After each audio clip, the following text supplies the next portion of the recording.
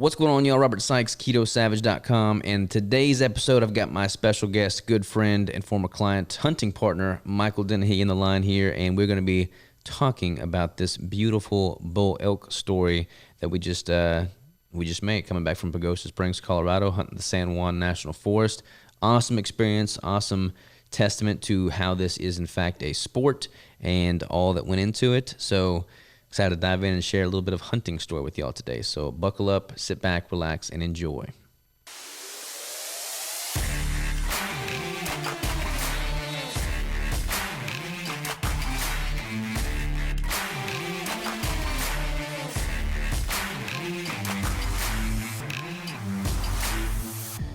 And we are live. Michael, what's up, man? Trying to get more rest after a week up in the Rockies. Yeah, I am. We both got home last night to my house. Yeah. We slept, and I think we got 7 hours, which is about double what we've gotten over the past week and a half or whatever.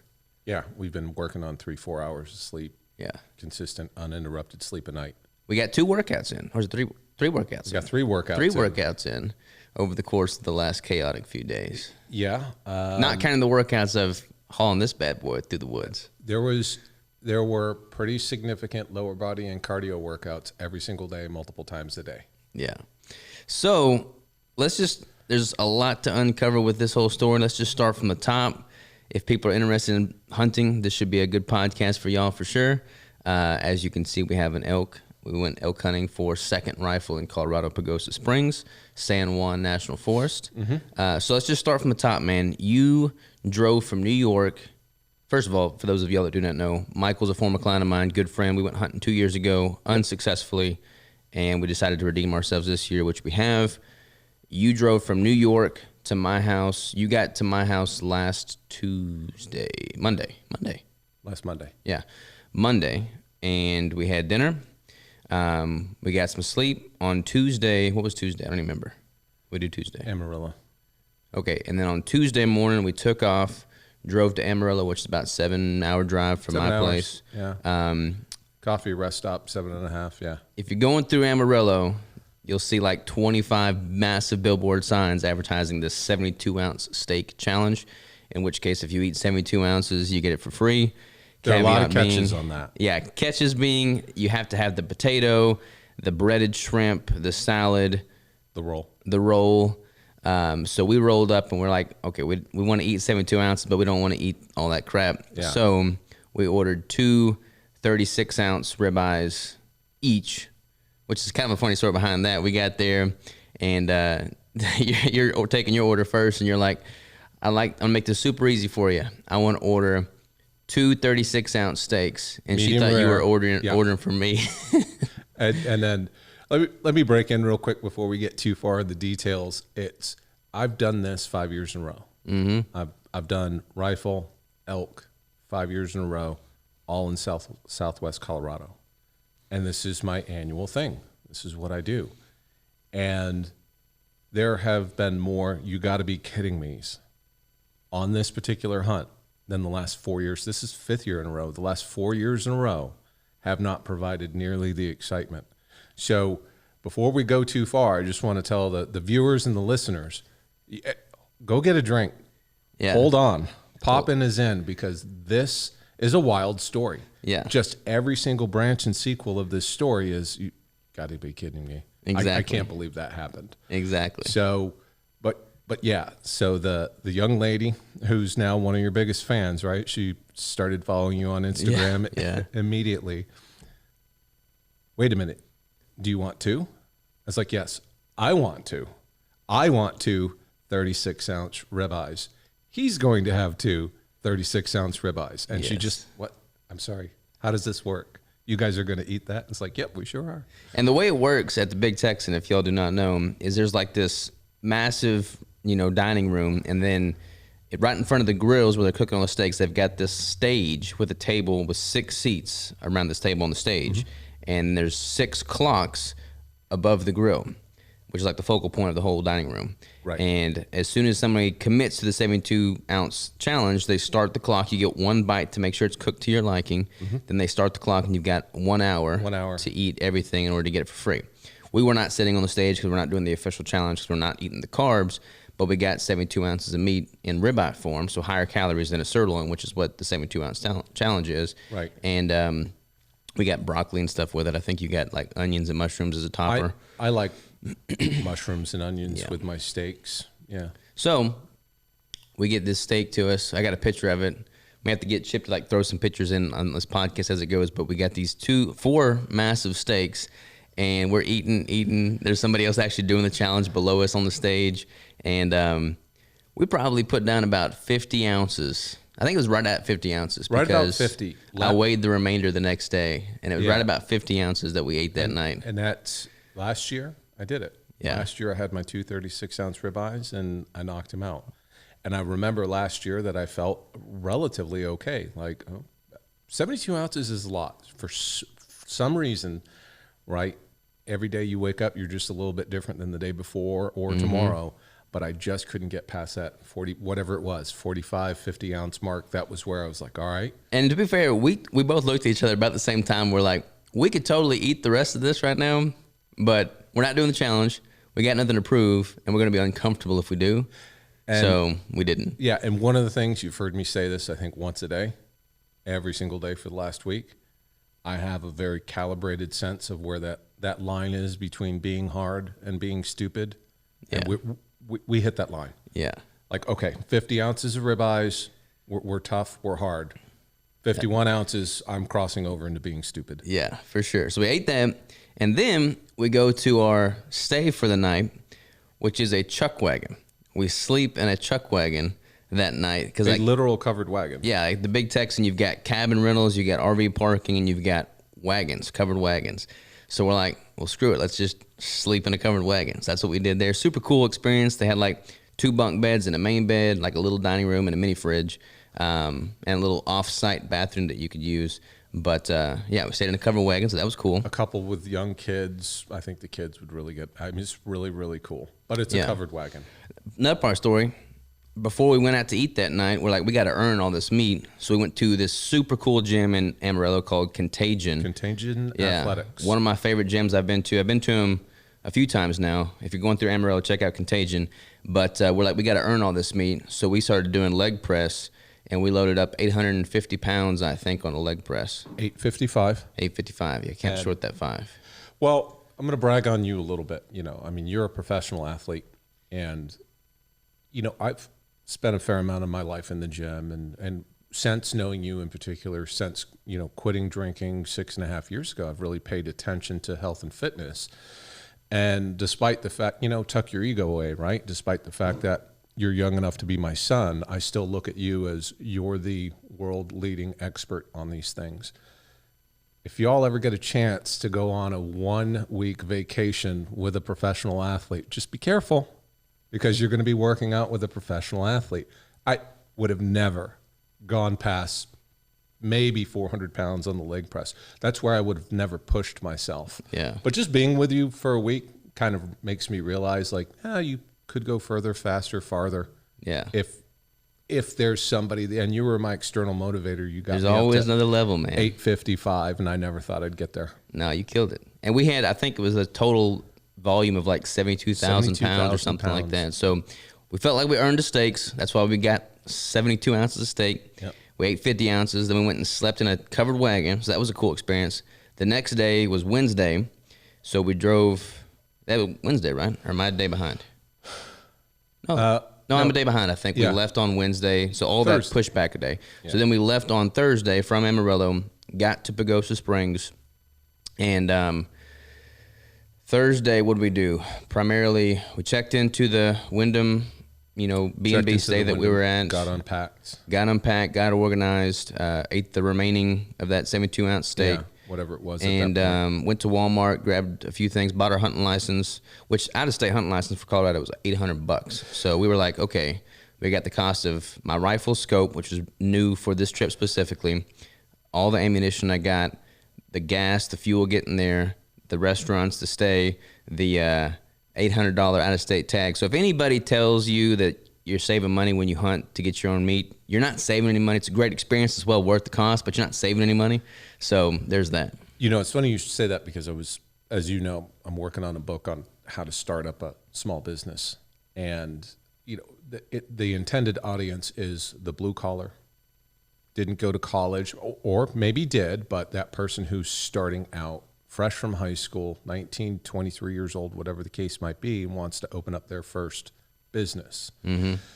And then I use whitetail hunters, like understanding how much money you spend on things. And I hear whitetail hunters all the time who will complain to their wives that they're spending whatever it is, right, $120 on a Stanley Cup. And I look at them and say, do you know the average hunter spends $2,500 a year for 60 pounds off of a whitetail? Yeah, it's kind of ridiculous. Yeah. It's the highest quality meat you can get. Absolutely. But you could buy 300 pounds of ribeye a year for the amount that most people spend on the new scope, the new gun, the new pattern, the new ammo, the new this, the new that.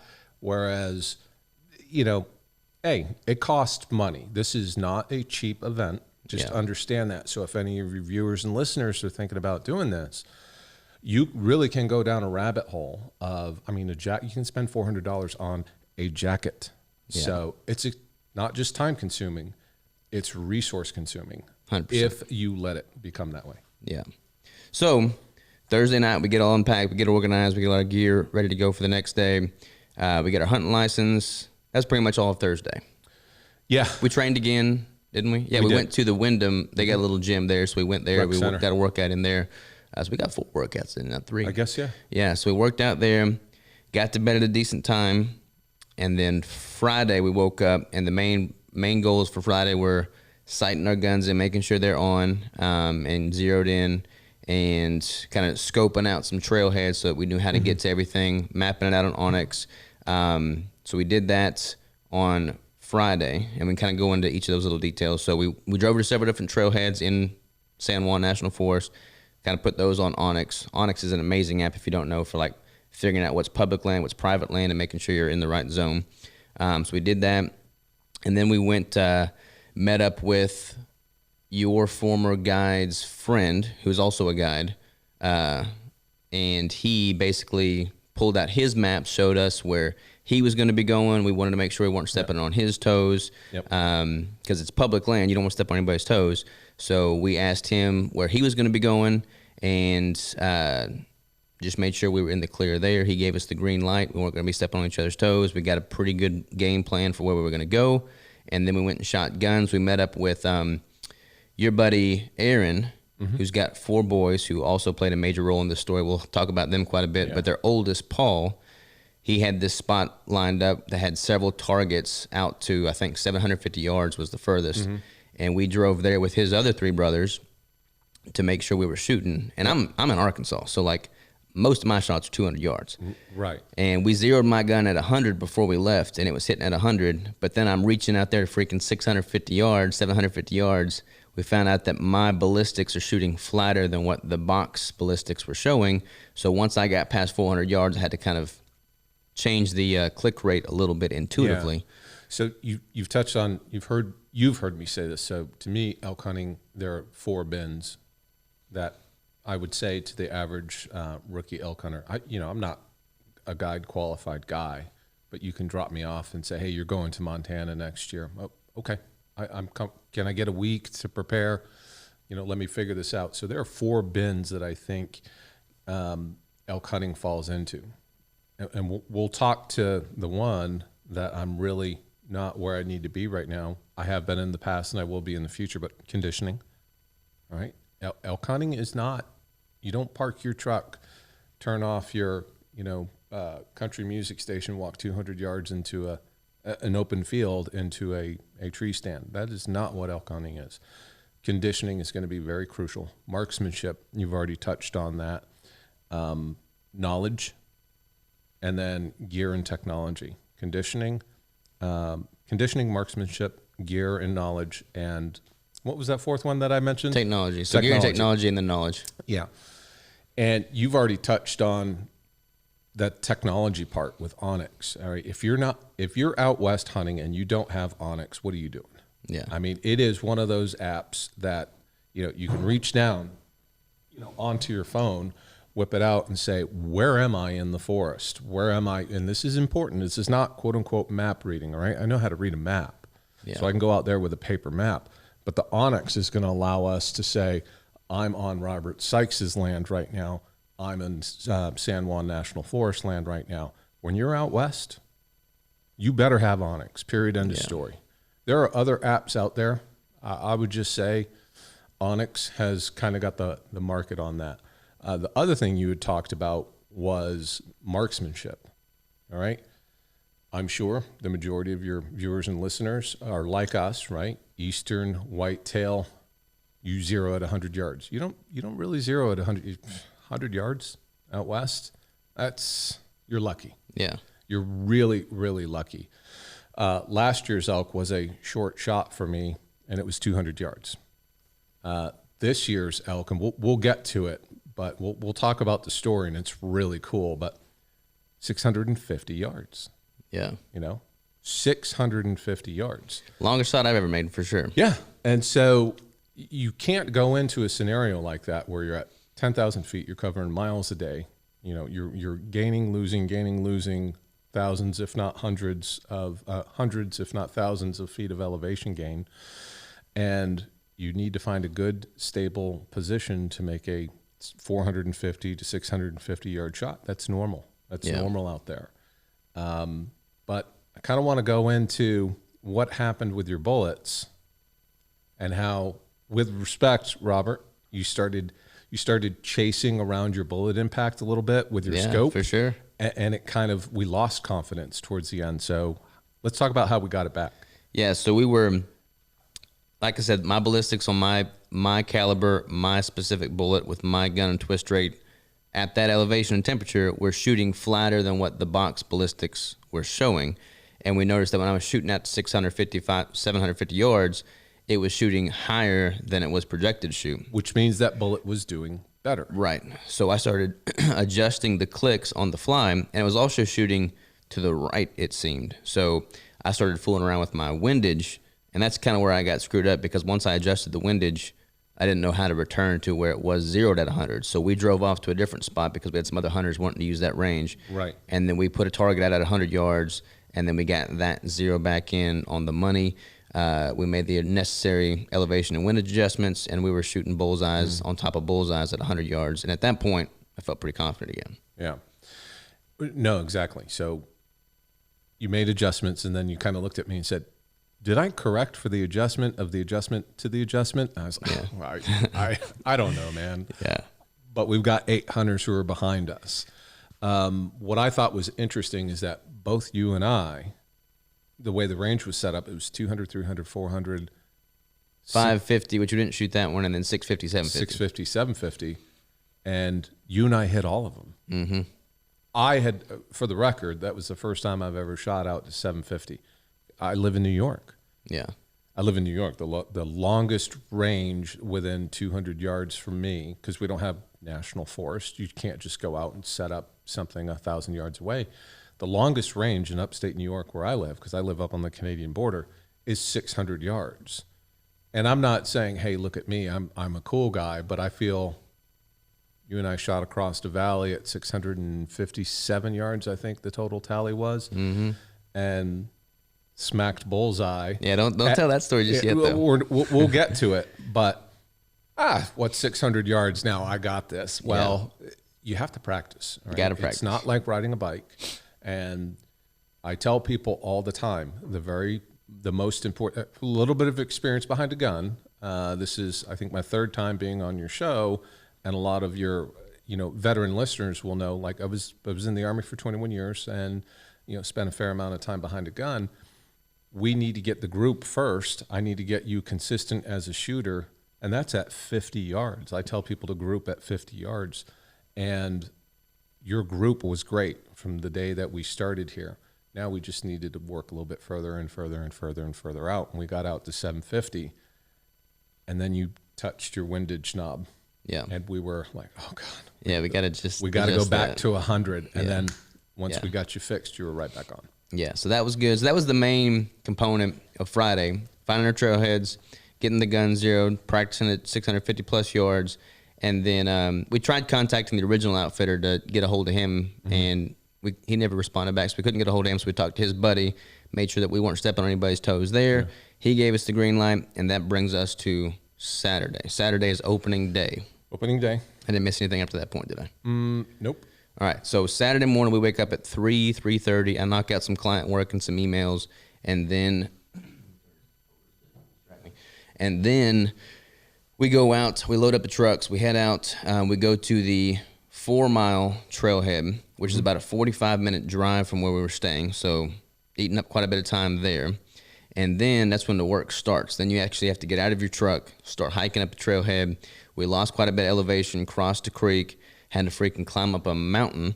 And I don't know what the total mileage in was, but I think it was like 3.5 miles or so. It was about that. From where we parked to where we crossed the creek was 1.1 miles. Yeah. And then it was, and I'm doing rough bear math in my head right now, and then it was 2.3 kilometers. Yeah. Up the mountain. And it was on a not game trail, it was stock trail. Yeah. It was a trail that llamas, horses, mules would not go four-wheelers, not side-by-sides. Right. Lots of rocks. So, and this will matter later so everybody understands, the context to this statement will come out later. We were going to a location that I had never been before. Yeah. I was in the same region. I was in the same basin, right? But this was not a place that I had hunted before. So we go 1.1 miles down. We cross that creek. And due to your scouting, like you were the one the day before this day, on Friday, who said, hey, let's see where this trail goes. Well, that stock trail went all the way up, and long story short, something to the better part of a mile south of where I had been previously the year before. So I felt pretty comfortable at that point that I wasn't just sitting on one of the spots that a previous guide had showed me. There were several high alpine fields up there. And let's talk about conditioning at this point. Yeah, so you hear the words hunting as a sport. Like if you look up different sports, hunting and fishing pop up in that list of sports.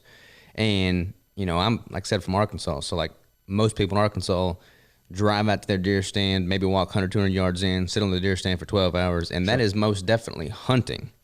But I would not classify that as a sport. What we were doing is a sport. Like to walk 3 miles in the dark, with heavy insulated layers on, with a heavy backpack on, with a rifle on your shoulder, with up a mountain. There are portions of it that at 10,000 foot elevation. Yeah. So like, yeah, there was definitely some points where you're sucking wind. I do the Stairmaster as my primary form of cardio, and it's a good thing I do, because if I didn't do Stairmaster, I'd be hurting. I don't know the episode number, but go back to 2 years ago when you and I did a post hunt episode. And we went into it, and last year I was Timmy Tough Guy, or not last year, 2 years ago. Yeah, I was Timmy Tough Guy. I'm going to take this. You would have been at the time this 31-year-old professional athlete. I'm going to grind you into the side of the mountain. Yeah, and you got me this year. Well, it's tough, though. I'm not going to go into graphic detail, but I've driven thousands. You know what has happened. I had a business, some things didn't go well with that. Nothing legal, ethical, or moral. I just had to sell. I've had some sick parents, and candidly, you've been distracted. I've had priorities in life that I haven't necessarily been in the CrossFit box really kicking ass about a solid 6 weeks prior to this hunt. And you can speak to this as the expert, but my experience has been it's your cardio that goes, just completely falls off a cliff. Yeah. My cardio was not there. Well, I've done the 50-mile march that I talked to you about a little bit for 4 years in a row now. I did that this past August, so that was pretty fresh in my mind. Mm-hmm. Like there's a point when you're walking 50 miles, you're like, this is freaking miserable. What did I get myself into? I was having those similar thoughts a few times throughout this trip, because like you are hurting, you're cramping, you've got lactic acid building up, your muscles are shutting down, and you're just like sweating your ass off while it's snowing outside. I can't believe you're saying this. I can't believe you're saying this, because I was, I see your little headlamp getting further away from me, and I'm like, that son of a, and I can't, Thank God for Onyx. I was like, hold on, Robert, I need to check the map. Yeah. But no kidding, I want your viewers and listeners to go do a HIIT workout. Do a hard HIIT workout at sea level and push yourself, warm up, of course, but push yourself to that 100% max for 30 seconds to the point where I cannot breathe any harder. My legs cannot go any faster. That's the way it is at 10,000 feet when you're walking. Yeah, it's brutal. And that's without elk on your back. That's just carrying your gear. We haven't gotten to that point. Yeah, so we get to position. It's dark at this point. It's starting to get daylight, so we turn our lights off. We find this nice little meadow, alpine meadow up there, which is beautiful. It's like a freaking golf course. We've got pictures. Yeah, it's crazy. Like you walk up, no vehicles getting there, no groundskeepers getting there, and you walk out to this meadow, and it looks like it's a golf course. Like it is we are beautiful. By ourselves. Yeah, we're in the middle of nowhere. Beautiful sunrises, and we get out there, set up our spot and scope, get kind of comfortable. I eat a brick, some Keto Explorer, freeze-dried ribeye. We refuel a little bit, get some water in us, and you start taking pictures because it's so beautiful. And yeah, you start taking pictures, but you failed to remember to turn your audio off. So, yeah, I didn't turn my volume off on my phone. So you start taking pictures. Like 90% of America out there, my phone is always on silent. It's on vibrate, always. Yeah. Except when I don't wake up to an alarm. I'm on clockwork, man. I go to bed at this time. I wake up at this time. Done. And it's no variance to me at all. I wake up at 5 every day. Doesn't matter how late I've stayed up. Doesn't matter how early I went to bed or what I've done the night before or what I have going on tomorrow. So I don't even set an alarm. So it's out of the norm for me to set an alarm for 3:30 in the morning, right? Mm-hmm. So set the alarm, and of course, it's like Drill Sergeant McGee just waking me up 20 however many years ago as a private in basic training. I'm almost in shock. It didn't occur to me to turn the volume off on my phone. That was the only reason why I had the volume on, was to hear the alarm. We get up there. We're up, let's call it 10,000 feet. I think that was fair, right? We're probably like 9,000 at that point, at that meadow. Just that meadow? Yeah. No, that meadow was... It wasn't quite 10,000 because we didn't hit 10,000 to that last day we hunted. But it was close. It was like 9,500. Okay. Yeah. All right. We get up there, and you just look around, and there's that massive cave. Mm-hmm. 100-foot waterfall. 100-foot waterfall. Beautiful. We have not quite cliffs, but we've got some pretty damn good slopes right in front of us. And we're at peaks of the mountain. We're up there at the high alpine meadow. And you're settled in. You've got your keto brick in you, and I'm looking around, and chukuk. And then chukuk. And what? Before we heard them bust up, I'm like, why does he have his volume on? Like, I'm hearing the camera go off. I'm like, what is he doing? Turn that off. I'm just taking a picture. And then as soon as you take the second picture, we both hear like freaking crashing through the forest. I saw him. I didn't see him. I heard him. Actually saw him. Yeah. And so these were the elk that I'm 95% sure that we ended up seeing later in the day. Yeah. So to kind of put that into perspective, you and I had surreptitiously inserted ourselves onto a high alpine meadow. I'll look at it later, but I think it was higher than 9,500, whatever. Surreptitiously gotten up there with blaze orange, rattling around. We finally get settled in. I think we were 100 yards away from those elk. Yeah. We had walked in. Yeah, 100 yards away.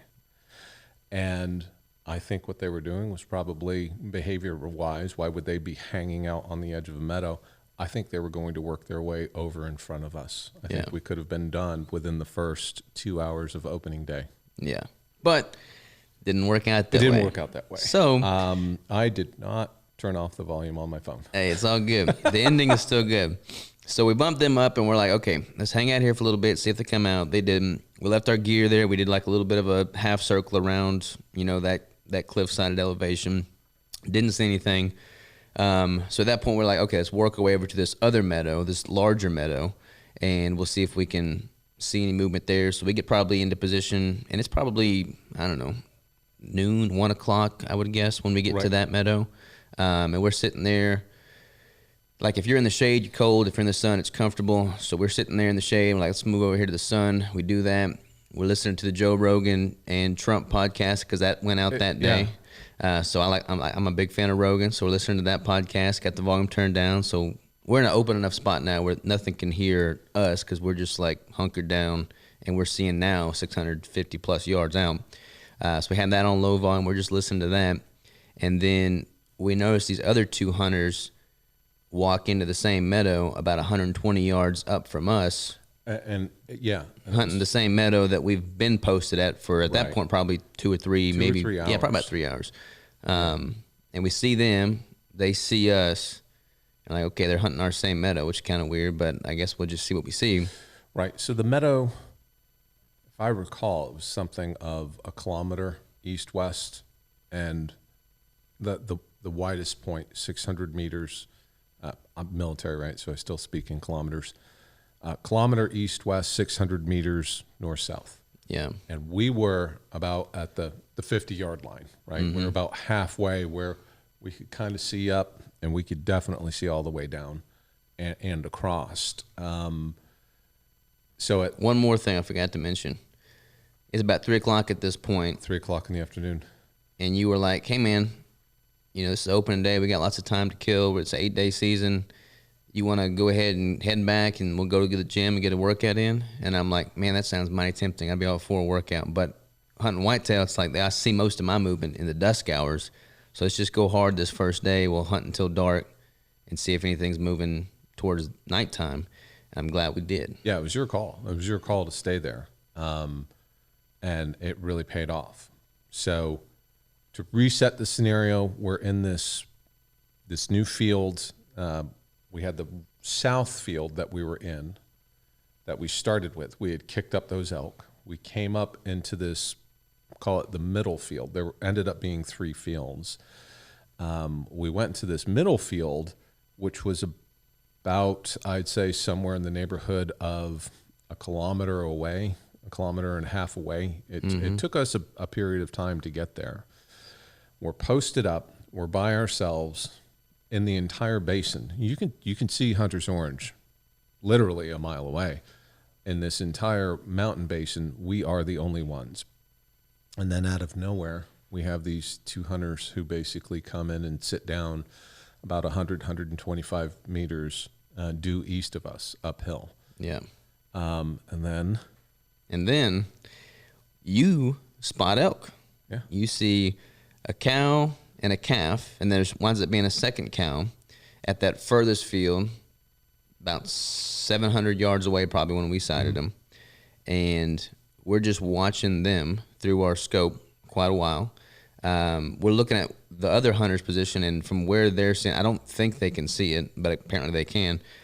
So we're posted up on these elk. We're watching them, looking for movement. We're sitting prone. We got our guns on our bags, laying across this ridge top, looking across 650, 700 yards, watching the movement. You spot them first, so kudos to you for being a wizard with the glassing. And then we see a bull, and we don't really have a shot on him because he's behind this clump of trees. Oh, it's not just seeing a bull. Yeah.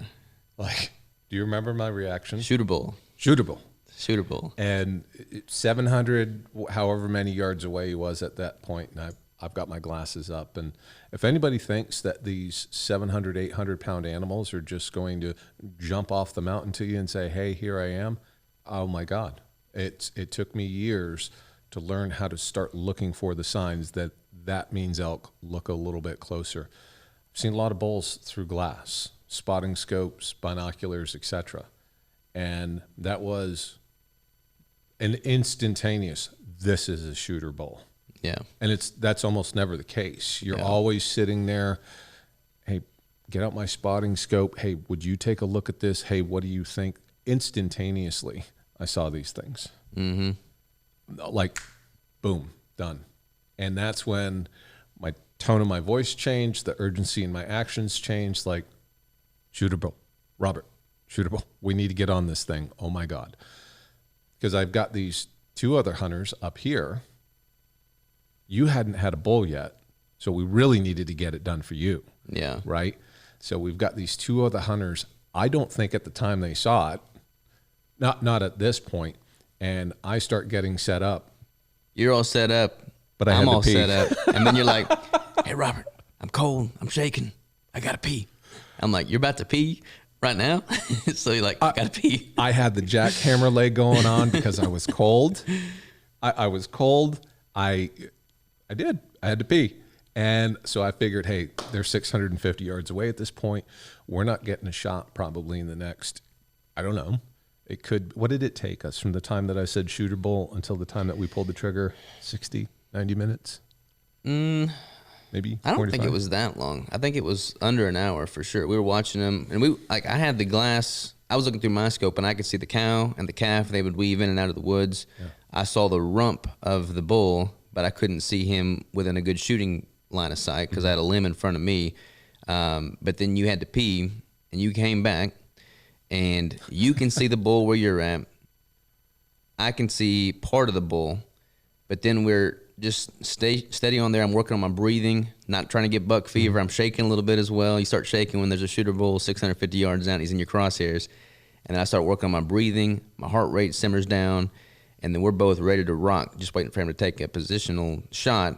And then we hear the other two hunters, bam, bam. And they both shoot. And we're still watching. Yeah. And the bull didn't move. Yeah, they didn't move. They moved a little bit. They could tell. You could tell that they heard the shot report and they were looking direction of the other hunters, but they didn't look super spooked. But then the other hunters stopped shooting, so I'm assuming they got out of their line of sight. Right. I'm assuming they're shooting at the same bull and elk that we're looking at. But then they stopped shooting, and now we're just zeroed in on this bull. I've got my clicks dialed in. My ballistic chart said that I should compensate up, 48 clicks, but because we shot on Friday, I'm like, I'm only going to do 45 clicks because I know it's shooting flatter than it's suggesting. So I kind of did an impromptu adjustment there. Training. Yep, training. And then you're zeroed in, and I'm a little bit up from you, and I can see his head, but I don't have a clear shot at his vital cavity. So I'm like, man, there's a limb sticking out. Right? Yep. There was a limb. I'm like, he's got to take one more step, and then I'm locked in. But the other two hunters had just shot, and I'm like, he might bolt he might spook and bolt out. Yeah. Michael's got him in the crosshairs. But we had talked before. It's like, right.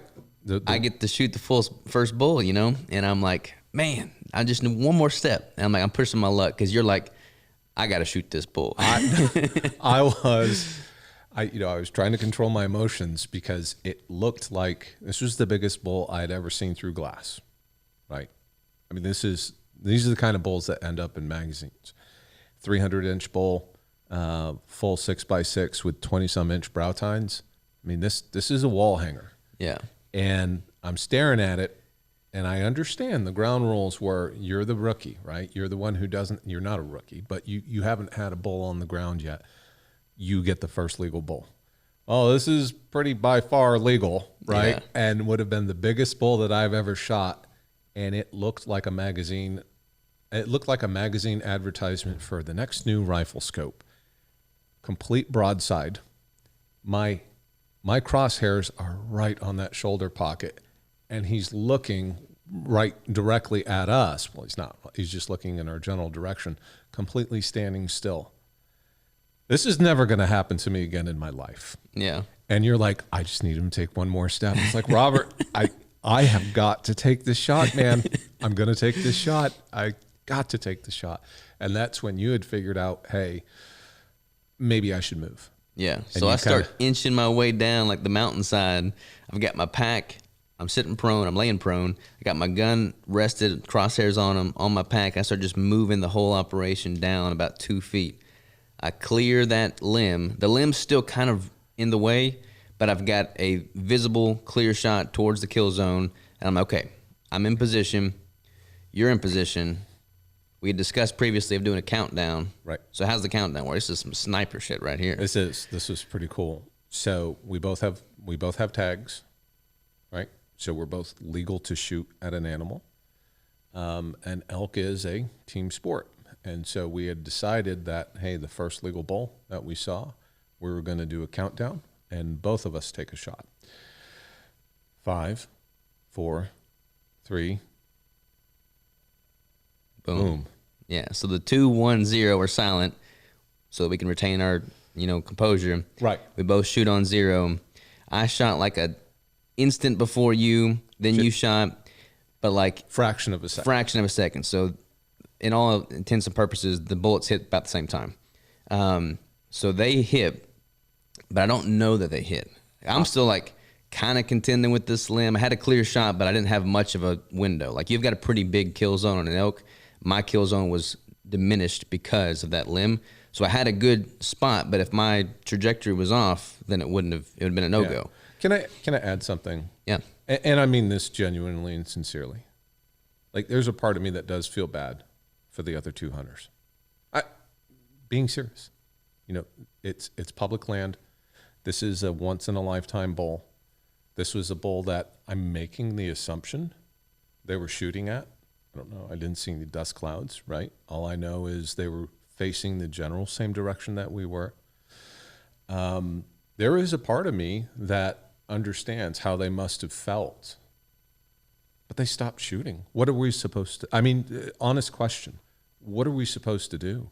Yeah. 650 yards, complete broadside, perfect shots, And we were at the meadow first. They missed twice. I don't know that they could have even seen where they moved after those 2 shots. So they may have been totally out of their line of sight at that point. Yeah, I felt for him. Yeah. I did. I felt for him. But, that's one of the aspects of hunting public land. Particularly, I'm going to throw this out there, southern Colorado public land. Yeah. Because that's so much closer geographically speaking to so many population centers, California, Texas, the Southeast. If you can go up to public land up in Montana and whatnot, you're going to have less of a pumpkin patch. Everybody wears Blaze Orange. Speaking of Blaze Orange, we totally failed to mention this. When we were getting Walmart supplies, you needed an orange T-shirt, and it was the day before Halloween, 2 days before Halloween. So there was this beautifully bright orange jack-o'-lantern shirt in the kids section with glitter around the eyeballs, and that's what you were rocking. That's right. I was. And it was in the girls section, I think. It was a double XL, but it was like a double XL for a what do they call it, tween girl. Yeah, who knows? So I had I had a 6'4" dude out there rocking a jack-o'-lantern with glitter eyes. Can't believe we missed that detail. I should have brought that in. You should have been wearing it right now. But we do 2 simultaneous shots. You lose sight of the elk in your scope. I do initially. I re-find him, and he's acting totally normal. So I'm like, man, we totally missed that guy. And then all of a sudden I see him stumble again, and then fall. And I can't see where he falls because of that limb, but I saw that he stumbled twice, and then it looked like he dropped completely. So I'm like, he's down. That's what I said. He's down. He's down. And then you and I looked at each other like, all right, let's go get our bull. Well, so we started. We were calm as Chuck Norris. I just looked at you and it's like, all right, well, let's go get him. Rock and roll. Did a little fist bump, and then we pack up and start hiking across. Before we go there, this is, in my opinion, this is one of the bottlenecks, the skills bottlenecks.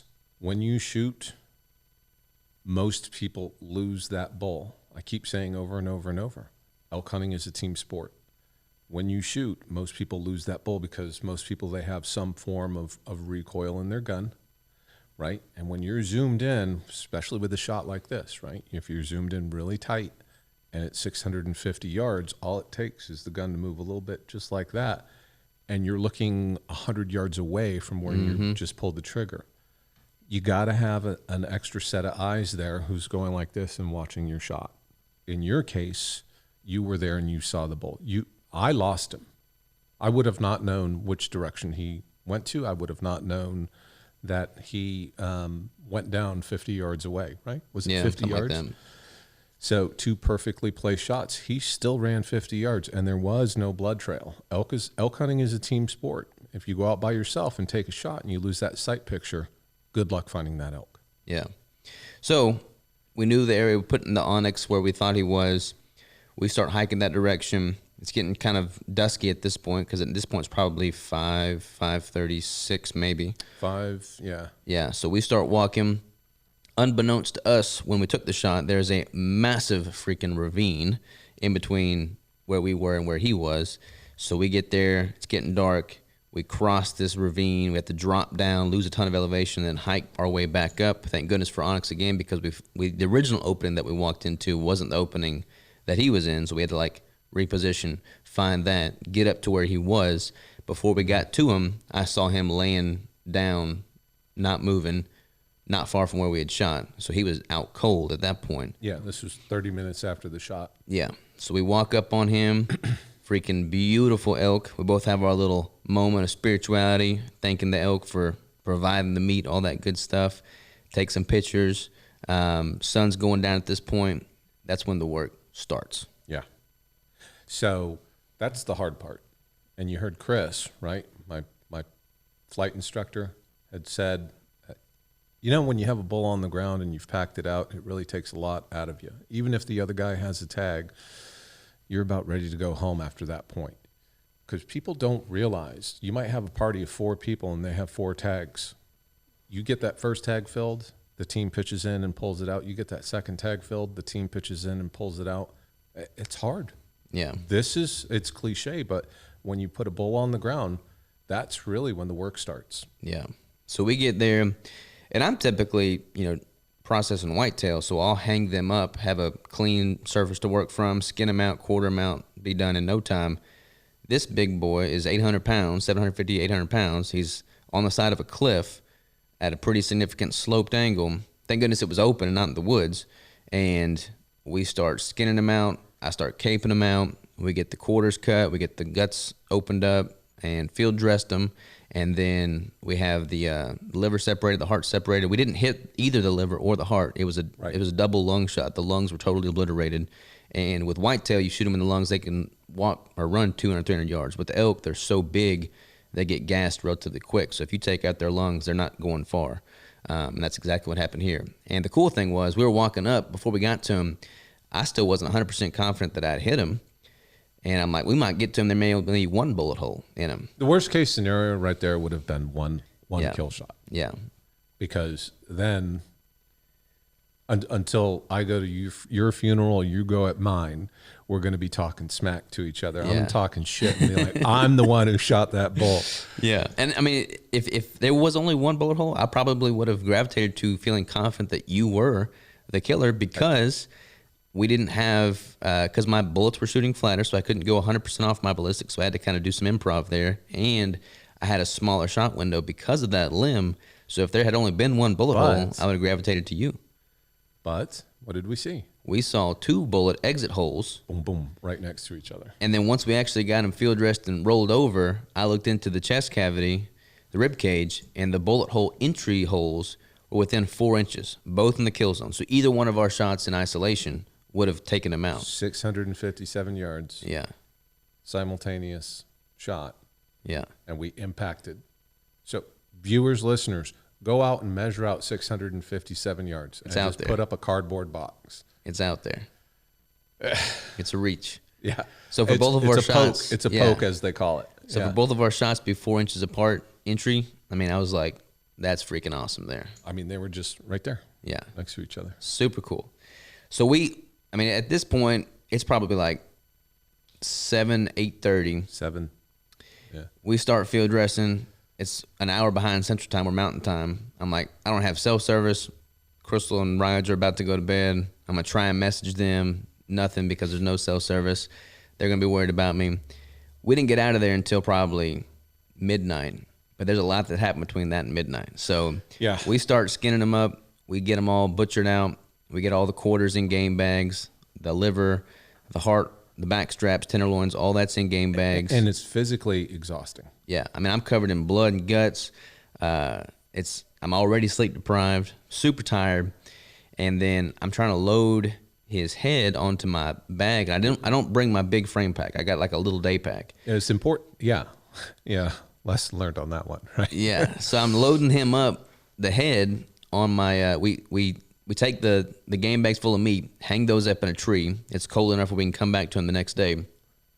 I grab the head, put that on my bag, try to stand up and take a step, and there ain't no way. There ain't no way I'm carrying this thing out of here. It's like I got who knows how many pounds. I got all the cape. I got the hide. I got the brains, the antlers. It's dark. There's no way. So I'm like, okay, we got to reconvene here. So I'm starting to adjust my bag, and I bump my walkie-talkie, and my walkie-talkie starts going off. Thank God. Thank goodness my walkie-talkie goes off. So can I? Yeah, interject. Because I was the one who was, because you had the walkie-talkie going off like right in your face. Yeah, it was just a blaring. And so you have an emergency beacon walkie-talkie, and you were fiddling around because you insisted, no, Michael, I'm going to get this shoulder mounted. No, Michael, I'm going to get this. And I'm sitting there like, just bring the skull, man. This is going to be heavy. And you realized, to your credit, you were like, there's no way. There is no way that you and I at midnight are taking this thing out in the woods. And you hit the radio, and this is all I hear. And it's about 20. I don't do a good mountain lion. I'm sorry. So think of your house cat. Now take it an octave lower. Yeah. And make it 100 pounds. Yeah. Right? It's dark. Dark with a rifle. Like Chris was saying, because he bust chops. Chris was, you're out there with a rifle. What's the problem? How am I going to see something to shoot it with a rifle? You can't see through a scope at night. Right. You can't see through a scope at night. Headlights on. 10-foot visibility with a headlight. This was 25 meters away. Yeah. I've been out in the Rockies. I don't want to say quite a bit, but a good portion. I've had months worth of time in the Rockies. I've seen a mountain lion before. I've seen mountain lion tracks on a regular basis. This was the first time that I've ever been aggressively approached by a mountain lion. I'm here to tell you right now, ladies and gentlemen, you ain't winning a fight with Hello Kitty at 10,000 feet at midnight. It ain't happening. Yeah, and we can't see him. So I yell to you and yell, right? I'm exhausted. I sprint up. I think your exact words were, "Oh shit, grab your gun." Oh shit, grab your gun. Yeah. And I run up and I grab my rifle. I've got a headlamp here. I've got a scope here. I'm seeing nothing. I grabbed my pistol. I got my 9mm with me. And that mountain lion was working his way north to south, exceptionally vocal the whole time. Yeah. And, we've had our doubters, but did you see him? I am convinced. Yeah. I'm 100% convinced. He was scoping us out with this kill. Well, we could also. We'll bring the proof up here in a minute. Yeah, there's proof. But that was kind of scary. He was definitely just surveilling that kill site, and he wanted to get his fair share. So I'm all right, let's get our stuff and get the heck out of Dodge. So I throw this head on my back with all the cape on it still, and I walk about 100 yards, 120 yards down the hill. We throw all the meat in the game bags, hang those up in a tree. Hang it in a tree. Leave half our gear there that we don't need. Obviously, we don't need our binoculars at night. So we left our jackets because we knew we were going to be sweating carrying this stuff out. Because we're exhausted. Yeah, we're whooped. It's like 10 o'clock at this point. And I normally go to bed at 8. So that's way past my bedtime. So I find this spot to, stash the head, because you're like, people will steal the head if they see it. They will. Somebody will steal the head. That's weird. They didn't kill it. They're going to steal the head. So I found this fir tree, shoved the head down there. We cache it pretty good. Yeah, we covered it up with a bunch of limbs and branches and stuff. It's hard to see. It's not visible. We dropped a pin on onyx, and then I put the meat that we had in my bag. So the back straps, the tenderloins, and then the heart, I think, were in my bag. It's a pretty heavy bag, though. It's probably about 60, 70 pounds. Yeah. And then we start hiking back to the trailhead, which, again, we can't see anything. So we're going over deadfall, 3 times. Nearly falling off a cliff. There's so much deadfall. That is just brutal workout right there. I've got a little bit of experience patrolling, Ranger School, Special Forces, and stuff like that. It takes about 3 times. 3 times the time, 3 times the effort to move across a similar piece of terrain, daylight versus nighttime. Mm-hmm. And, we did, but we didn't know about it, right? We learned about it the next day. Yeah. But we did not have a trail that was available to us that we could tell.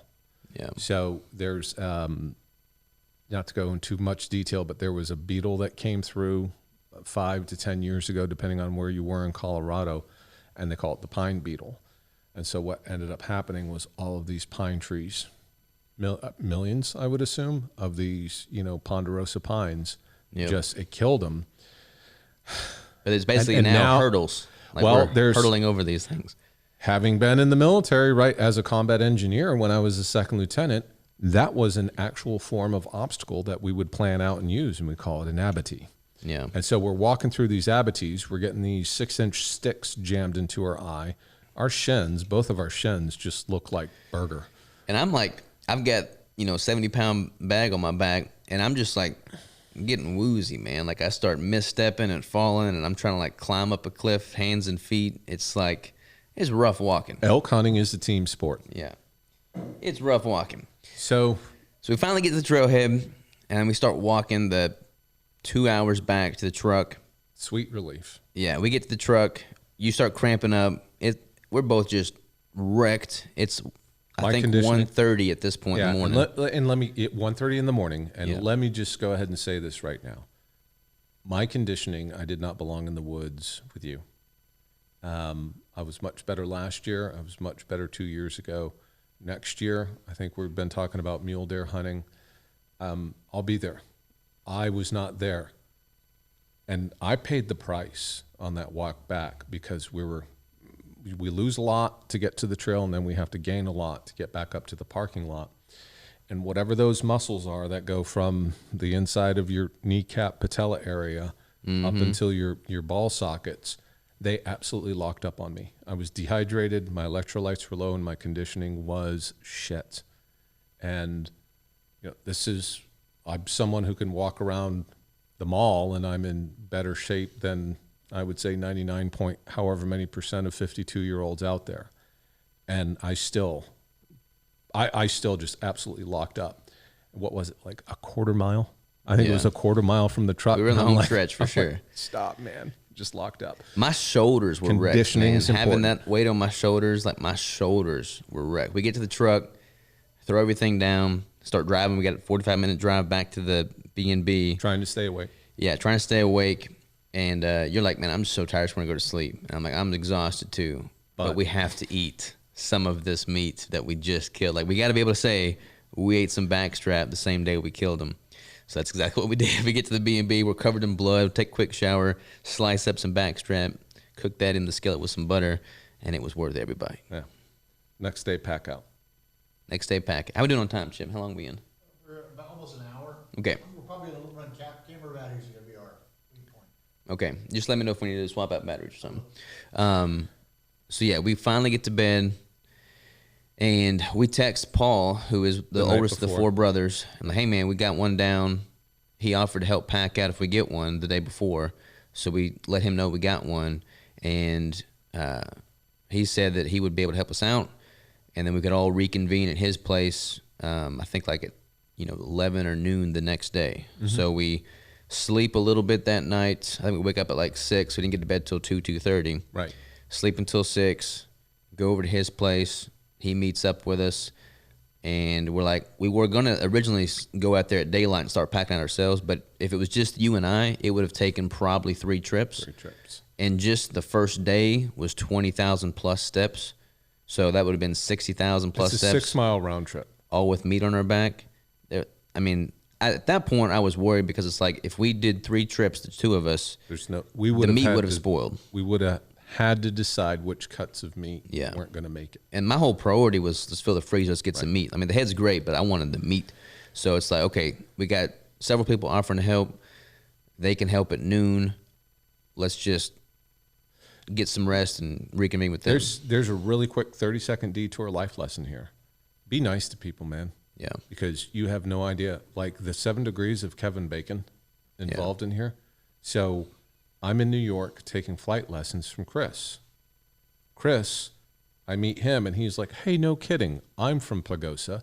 You should link up with my cousin Aaron. Aaron is like, hey, look at these 4 teenage boys. They will help you. They wanted to, right? They will help you pack out this, all because I took a flight lesson and I was nice to a guy 18 months ago in New York. And they were super awesome. I mean, Most we met up incredible with them kids. on Friday night and had dinner with them and stuff before we went out on opening day. But like, we tell them we got one down. Like, yeah, we'll help you pack out. So we got Aaron, the father. We got his 4 boys. We got one of their boys' friends, Ryan, who's a freaking rock star.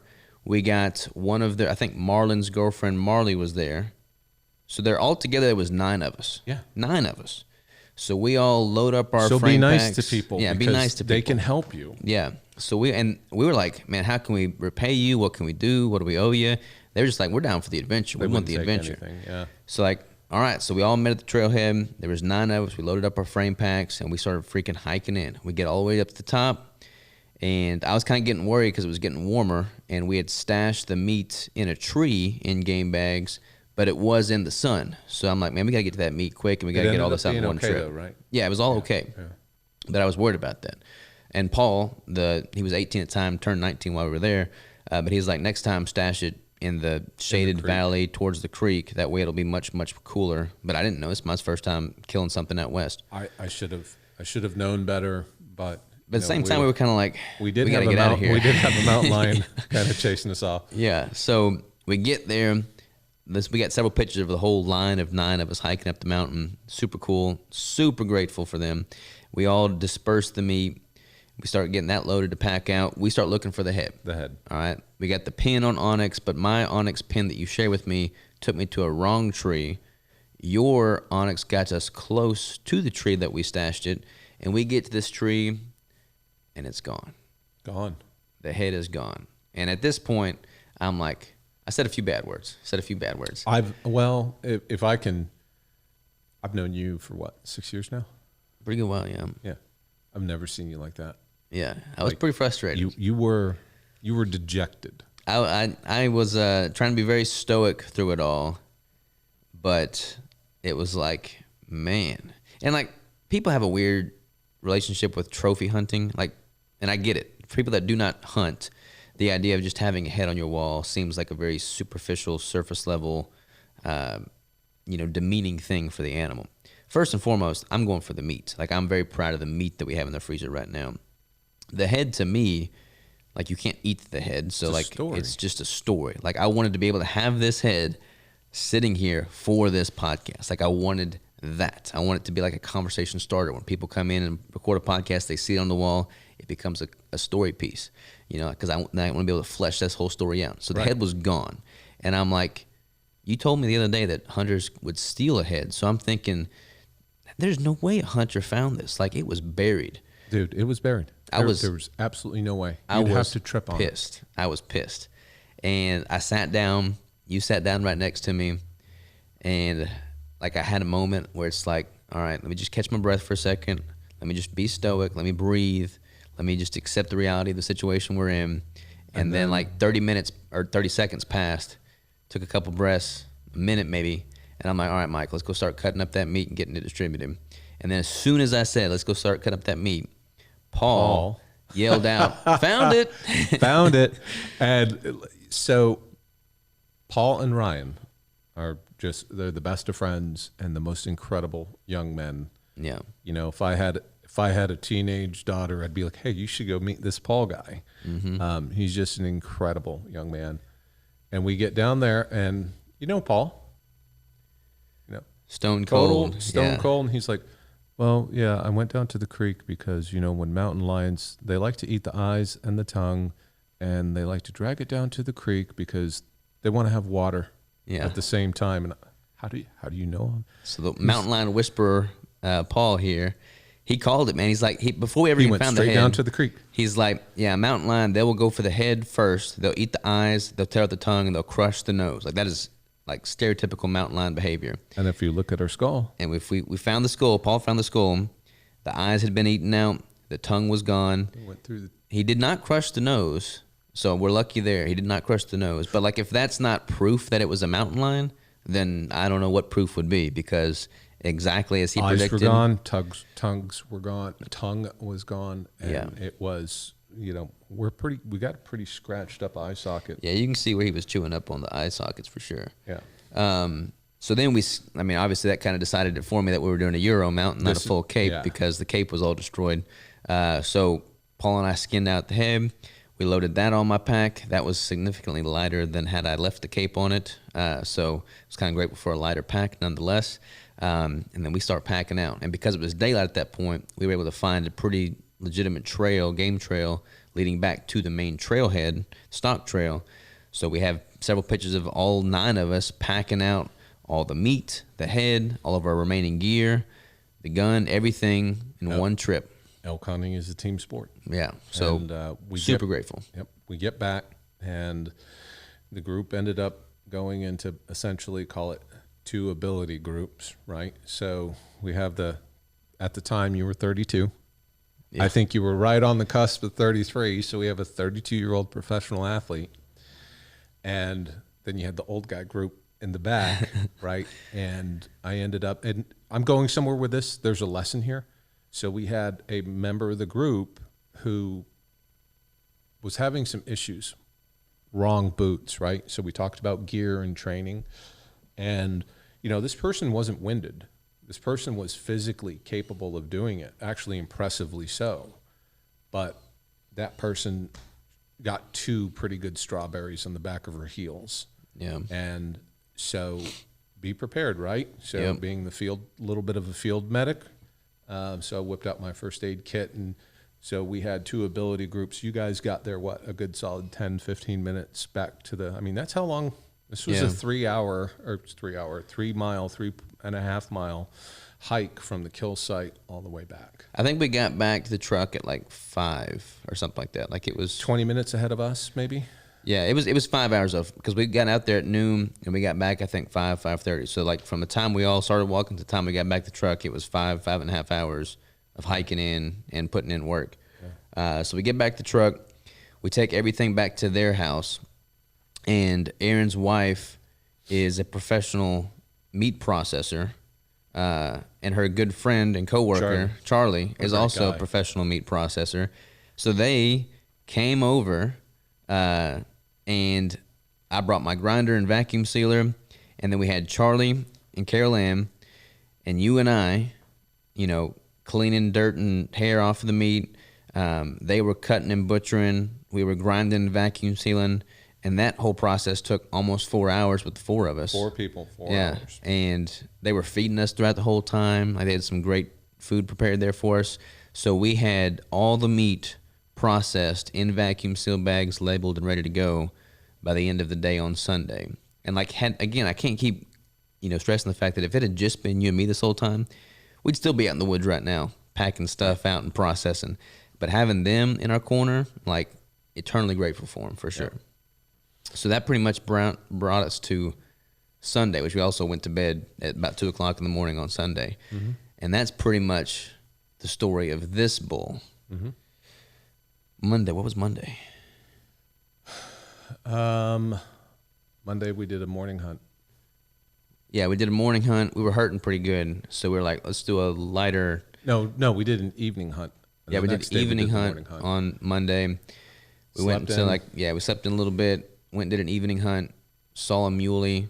Heard a bull, I think, but we didn't see anything. So this area called we wanted a really low physical effort day. Yeah. Parking area, I think we went all of 500 meters off the road, and it was a pretty manageable grade.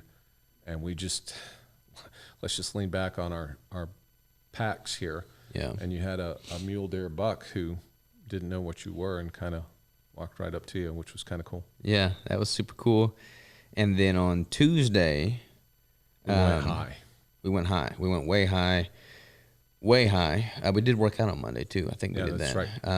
On Tuesday we went way up north because we still had your bull tag to film. So we went way up high to, what was the name of that place? Nipple Mountain. Nipple Mountain area. I had been at the parking lot, and it was like 1.5 miles, 2 miles back, but we didn't go there. We parked and went up to the left because there were some really steep high alpine meadows. Yeah. We just looked at it on X and let's check that out. We need to get a little better about doing some of our terrain analysis because it was pretty steep. Yeah. We didn't see anything. We saw a mule deer, but we didn't see any elk. But it was cold, it was snowing, and it was windy. And I'm like, all right, Michael, I don't think they're going to be moving so much right now because if they're like whitetail, they're going to probably be bedding down with all this precipitation. Mm-hmm. So let's go back, get some coffee, get warmed up, do a workout, and we'll come back in the evening. We were over 10,000 feet, and the weather up there was not as predicted. Mm-hmm. And that's when, is it going to get worse? mountains. Yeah. I mean, we're over 10,000 feet. We're parked at over 9,500 feet. Yeah. And we've got to get down. Yeah. You know, so we made the decision. You've heard me say this a few times. There's that fine line between hard and stupid. And I felt that the line was getting close. Yeah, for sure. So we decided to come back down, get a workout in, get some coffee, rejuvenate, and then we'd do an evening hunt.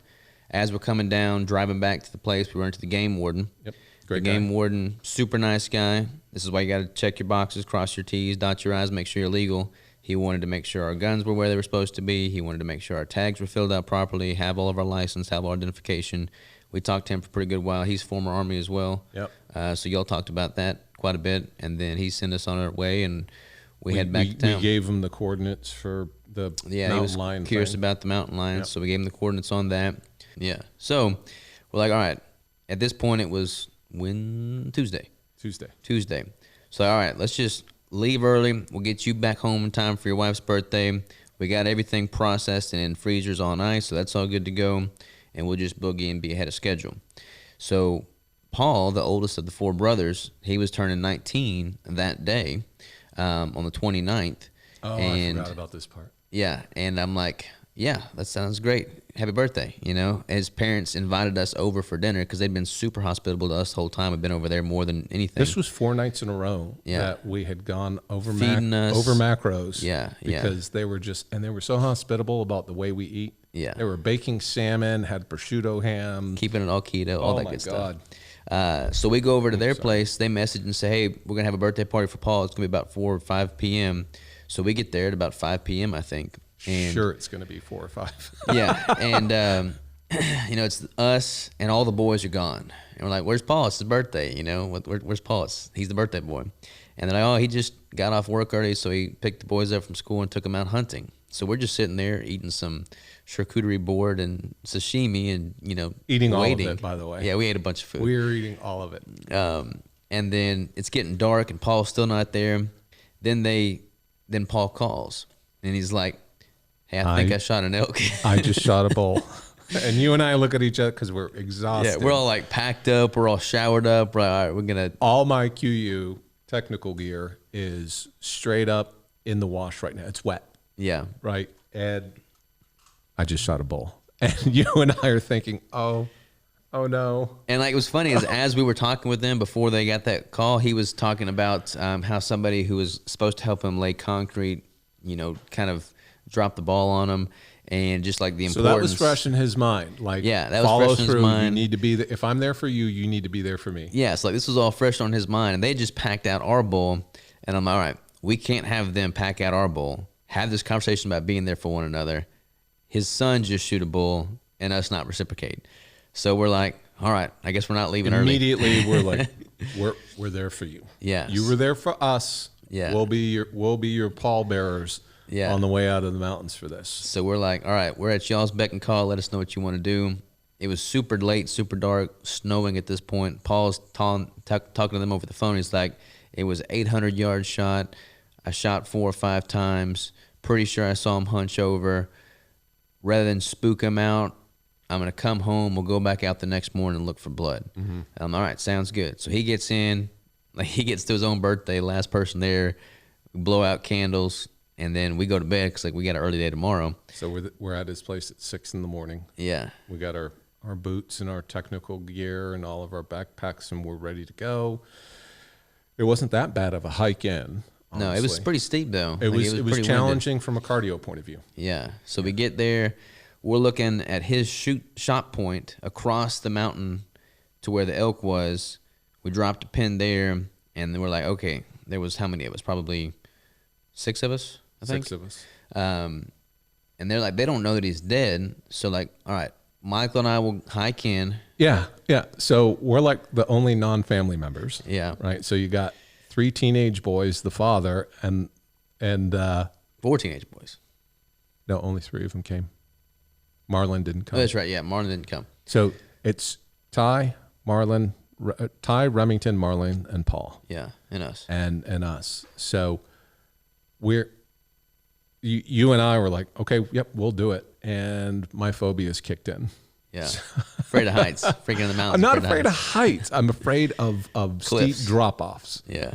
And so it's only 800 meters away. And if you walk 800 meters across this concrete floor, we'll be there in about 7 to 9 minutes. Yeah. Took us an hour and 15 minutes to get this 800 meters. Yeah, it was no joke. So straight down, across a bunch of deadfall. Straight up.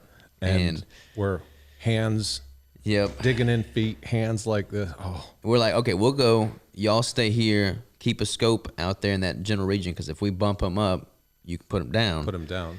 We get there. We're looking for blood. We're looking for sign. We see sign. We see tracks. But there's no blood anywhere to be found. No sign of no sign of struggle. No nothing. Yep. And then it starts snowing, so we lose sight of them across the ridge. And then we're like, all right, it's slippery up here. There's no blood. This I think is he 2 missed hours completely. Yeah, this is 2 hours. We looked for like 2 hours. 800-yard shot. I think he may have just totally missed. I think he totally missed. I mean, flat out, just totally missed. That many shots.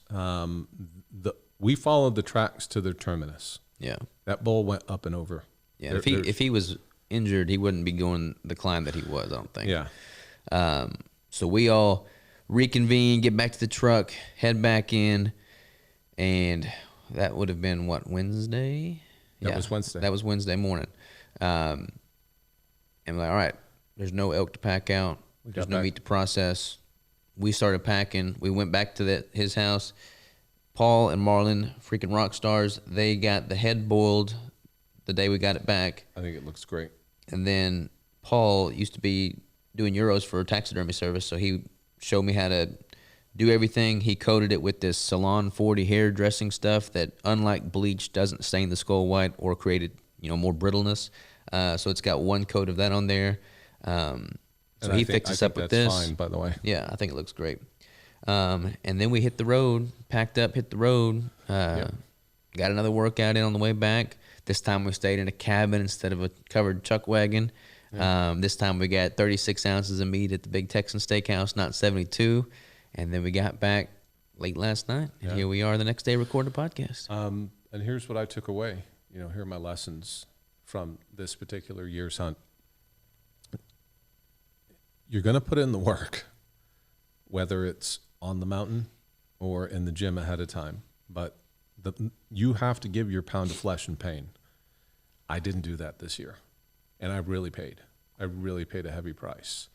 There was a point where, I don't know if you were rubbing it in, like kicking dirt in Charlie Brown's face, but there was a point where you were just up on top of me, and I was like, Robert, I need to check the map, which very quickly turned into code for I need to catch my breath. Yeah. And for some reason your Onyx wasn't working, so I was happy to keep checking the map. And you were like, "Oh, hey, look, my pulse is 57. What's yours?" And I'm like, I don't know, 120. Yeah. And I didn't put in the work, and I paid for it. And you need to remain humble, because Mother Nature is exceptionally cruel, and this is not whitetail hunting 200 yards from the road On a deer stand. on a deer stand. Yeah. You're going up and down 9,000, 10,000 feet. The air is thin. This year I've been working on strength, so I went in at 227. 2 years ago I went in, I think, at 205. Right, so we're talking about 20 plus pounds difference. My cardio was significantly increased 2 years ago as to this year. So my weight went up, my cardio went down, and that's, both needles went in the wrong direction, and I really paid the price. Marksmanship was spot on. Like, you and I were out there on the steel, 200 ding, 300 ding, 400, all the way out to 750 ding. We were hitting. So practice your marksmanship. I see a lot of elk hunters who are essentially whitetail hunters. Mm-hmm. Let's call it what it is, like whitetail. I am one. That's how I grew up. This is not a dig on whitetail. I love whitetail.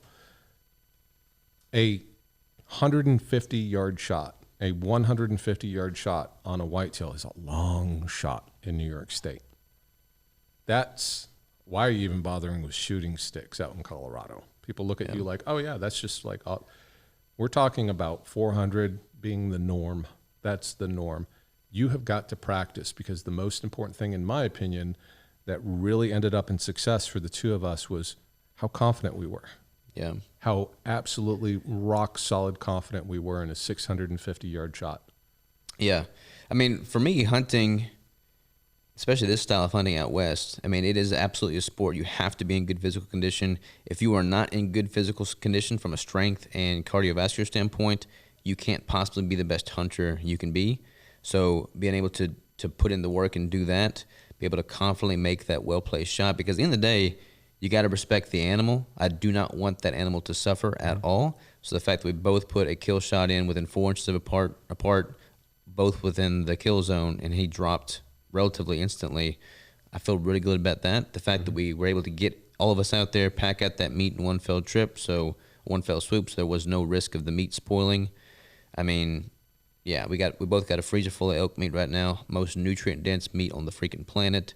We got an awesome story to tell, and it could not have been a better experience. And my birthday was the 30th, so like the next day, so like this is the coolest birthday present ever.